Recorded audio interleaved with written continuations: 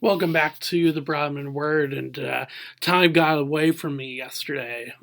So that would have been August 9th.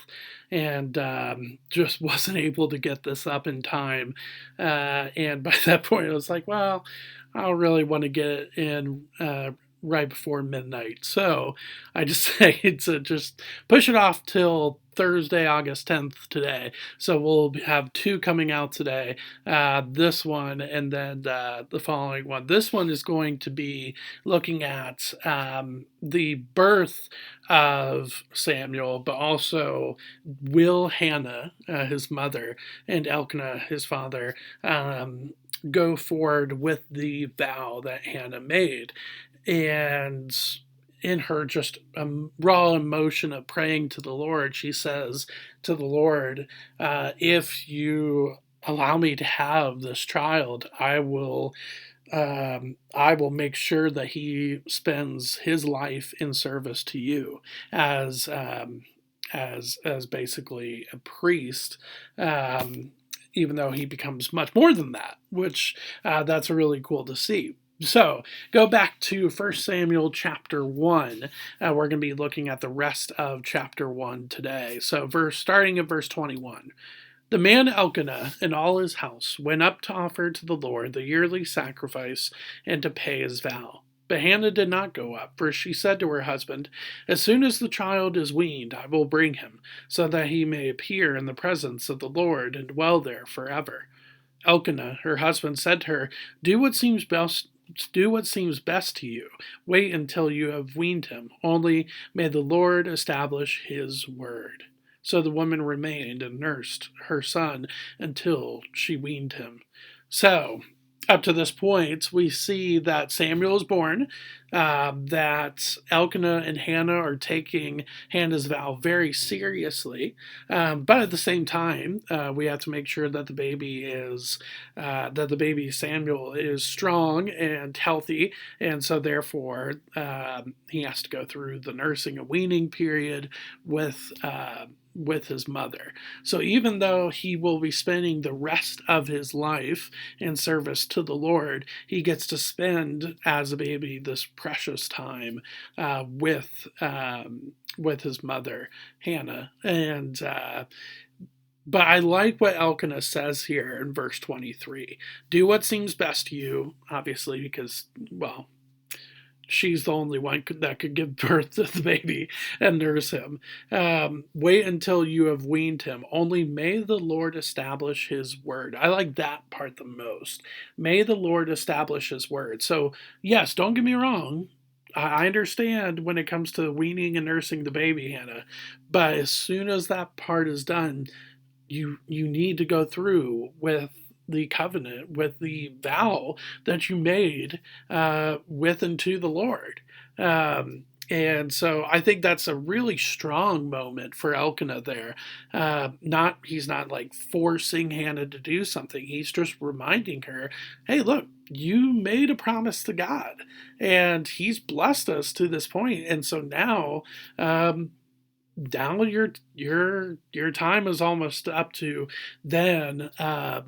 Go forward and make sure that you do your part in this promise. And that time comes. Verse 24. And when she had weaned him, she took him up with her, along with a 3-year-old bull, an ephah of flour, and a skin of wine, and she brought him to the house of the Lord at Shiloh, and the child was young. Then they slaughtered the bull, and they brought the child to Eli. So before they even have the transition point of Samuel becoming this priestly figure in under the service of Eli, they have a sacrifice to the Lord involving a bull, some flour, wine.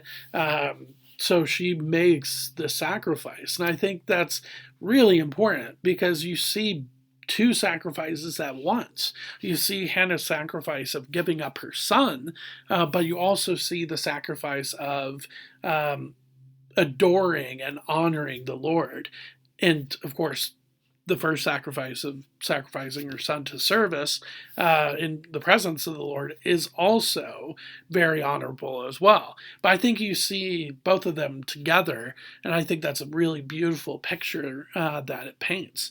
Verse 26. And she, being Hannah, said, O my Lord, the Lord being Eli, as you live, my Lord, I am the woman who was standing here in your presence, praying to the Lord. For this child I prayed, and the Lord has granted me my petition that I made to him. Therefore I have lent him to the Lord. As long as he lives, he is lent to the Lord. So she just basically says, look, the miracle has happened. I'm no longer barren. I've been given birth to a son, and just as was promised to me, I'm now fulfilling my part of the promise and bringing this child to you for service in front of the Lord. And Eli, I think here must have been, I don't know if there was shock or surprise, but there must have been a little bit of both to see that Hannah actually went through with it. Um, and then, of course, verse 28 ends, and he worshipped. He, I believe, to be Samuel, not Eli.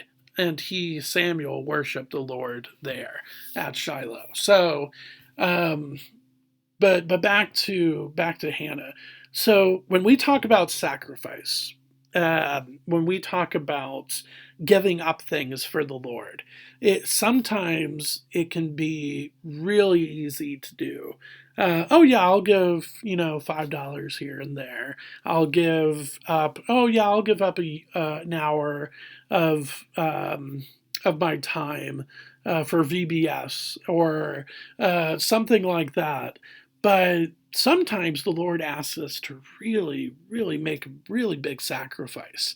Um, okay, Lord, I get, you are calling me to move my family to this whole different state, this whole different city where we have no friends and family, but I feel like we are called to that place in whatever vocation I'm in.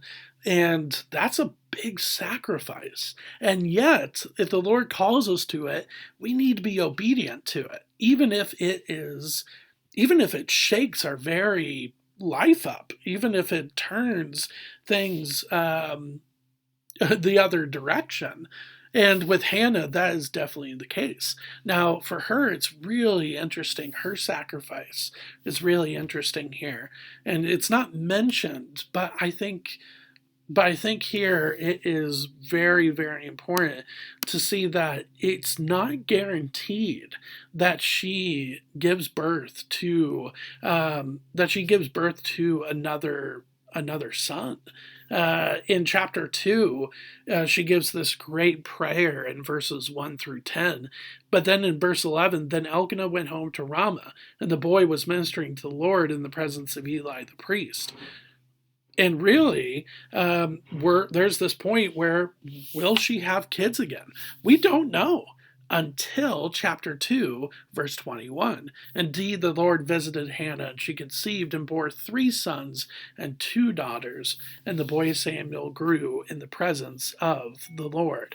So, yes, of course, it's the goodness and the grace and the mercy of God continues to open up her womb where she has 5 more children after Samuel. But she was never guaranteed that. And so to give up her one and only son into service in the presence of the Lord is a huge, huge sacrifice. And yet she does not hesitate.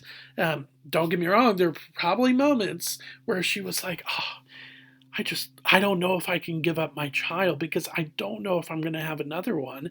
And I long to be a mother. And yet she does. And what a beautiful moment this is for Hannah. If you get a chance, read Hannah's prayer in 1 Samuel chapter 2, verses 1 through 10. We won't cover it. Next, we will be looking at chapter 3 and how Samuel really begins his ministry. But if you get a chance, read that prayer. It is beautifully written. But thanks for spending time with the Broadman Word with me today, and I will see you tomorrow, or today, but tomorrow. Thanks.